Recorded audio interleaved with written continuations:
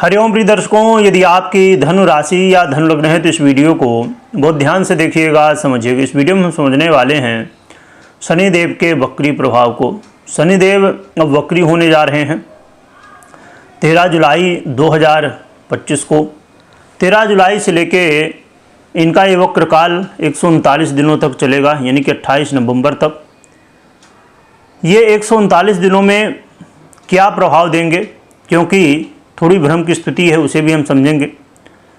और अच्छा बुरा जो फल देंगे, उपाय क्या करने, सभी कुछ समझेंगे।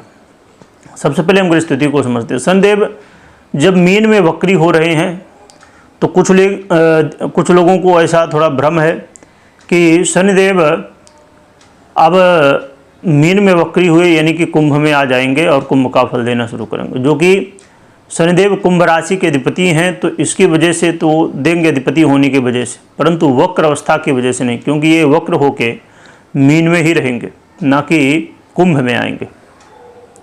जब आप किसी भी विषय में गहराई में थोड़ा सा जाते हैं तो चीज़ें क्लियर होती हैं।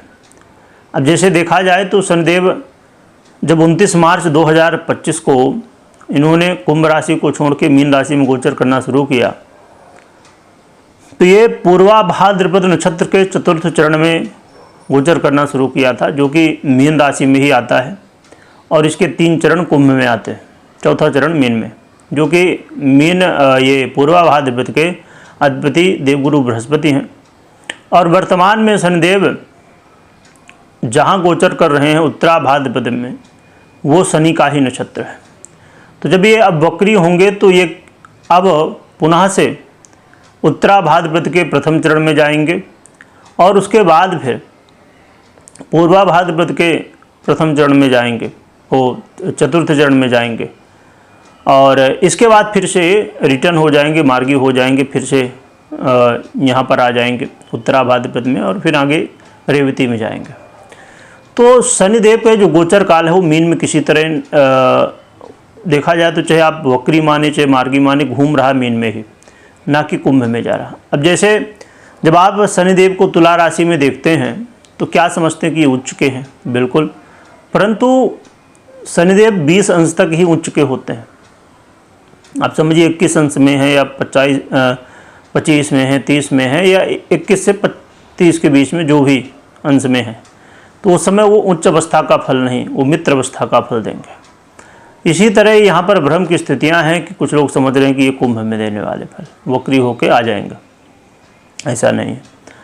अब हम जान लेते हैं कि धन वालों के लिए, क्योंकि शनिदेव का प्रभाव पहले से ही आप देख रहे हैं ढैया के रूप में, परंतु अब शनिदेव वर्तमान में आपके जो गोचर काल इनका मीन में है वो आपके स्वभाव में है, और आपके धनेश और तृतीयेश हैं। तो क्या कैसा प्रभाव मिलेगा ये समझना बेहद ज़रूरी है, क्योंकि आने वाले समय में जल्द ही 28 तारीख से मंगल के साथ भी युति होगी, जो कि समसप्तक योग बनेगा। आने वाले समय में हम समझेंगे, तो वो भी उतना श्रेष्ठ नहीं माना जाएगा। तो शनिदेव का जो प्रभाव है, सबसे ज़्यादा आपको ध्यान रखना है अपने माता पिता के स्वास्थ्य का। आपको यदि कोई हृदय संबंधित समस्या है, बीमारी है, तो उसमें ध्यान रखिए। माता पिता के स्वास्थ्य का ध्यान रखिए। इस समय बिल्कुल भी किसी के ऊपर आंख बंद करके भरोसा मत करिए, क्योंकि धोखा मिल सकता है। प्रॉपर्टी, गाड़ी, वाहन, ये सब खरीदना चाहते हैं, लेना चाहते हैं, तो इसके लिए समय उचित नहीं है। अभी इन्हें टाल देने की आवश्यकता है। और खान पान में संयम बरतिए, स्वास्थ्य का ध्यान रखिए। किसी से बात विवाद बिल्कुल भी मत करिए। और इस समय विशेषकर ये ध्यान रखना है कि मानसिक तनाव से बचना है। इस समय मानसिक तनाव बढ़ेगा। कई बार आप जल्दबाजी में गलत निर्णय भी ले सकते हैं, तो आपको इन सब चीज़ों से बचना है। जल्दबाजी भी किसी विषय में नहीं करना है। जो लोग फार्मिंग से जुड़े हुए हैं, ऐसे लोगों को प्रॉफिट भी शनिदेव देंगे, परंतु मुश्किलों के साथ ही प्रॉफिट मिलने वाला है। इसीलिए आपको तैयार रहना होगा संघर्ष करने के लिए, भाग दौड़ करने के लिए। और अस्थाई धन में भी आपको सतर्क रहना है। जैसे कोई पैतृक प्रॉपर्टी हो गई या अन्य कोई प्रॉपर्टी हो गई, उसमें ज़रा इस समय कोई मामला फंस सकता है, तो ध्यान रखिए। वाणी में बहुत संयम बरतिए, क्योंकि वाणी की वजह से ही शत्रु उत्पन्न होते हैं। इस समय योग संयोग भी बन रहे हैं। और मंगल महाराज भी अब जब समसप्तक में आ जाएंगे तो वो अपनी तरफ से समस्याएं क्रिएट करेंगे, जो कि हम समझेंगे आने वाले समय में कि मंगल क्या कैसा प्रभाव हमें देने वाले हैं। तो ये शनिदेव के कुछ प्रभाव रहेंगे। क्या उपाय करना चाहिए? तो शनि के मंत्रों का जप कर सकते हैं, जैसे ओम सम शनिश्चराय नमः, या अन्य शनि के मंत्रों का जप कर सकते हैं। और सबसे महत्वपूर्ण बात यह है कि हनुमान जी की आराधना साथ में करिए, दर्शन करिए हनुमान जी की, हनुमान चालीसा पढ़िए या सुंदरकांड, रामायण, जो भी आप कर सकते हैं। और बहुत ही अच्छा अवसर है, श्रावण का महीना चालू है, तो भगवान भोलेनाथ की आराधना करिए, जिससे, क्योंकि भोलेनाथ की यदि जिसके ऊपर कृपा हो गई तो सभी ग्रह अनुकूल हो जाते हैं।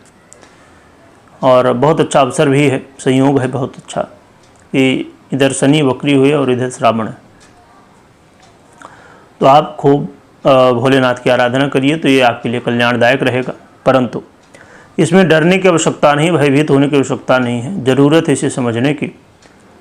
और कभी भी कोई भी निर्णय आपको लेना तो अपनी पर्सनल कुंडली का विश्लेषण करने या करवाने के बाद ही निर्णय लें, मात्र गोचर के आधार पर निर्णय ना लें। वीडियो देखने के लिए बहुत बहुत धन्यवाद।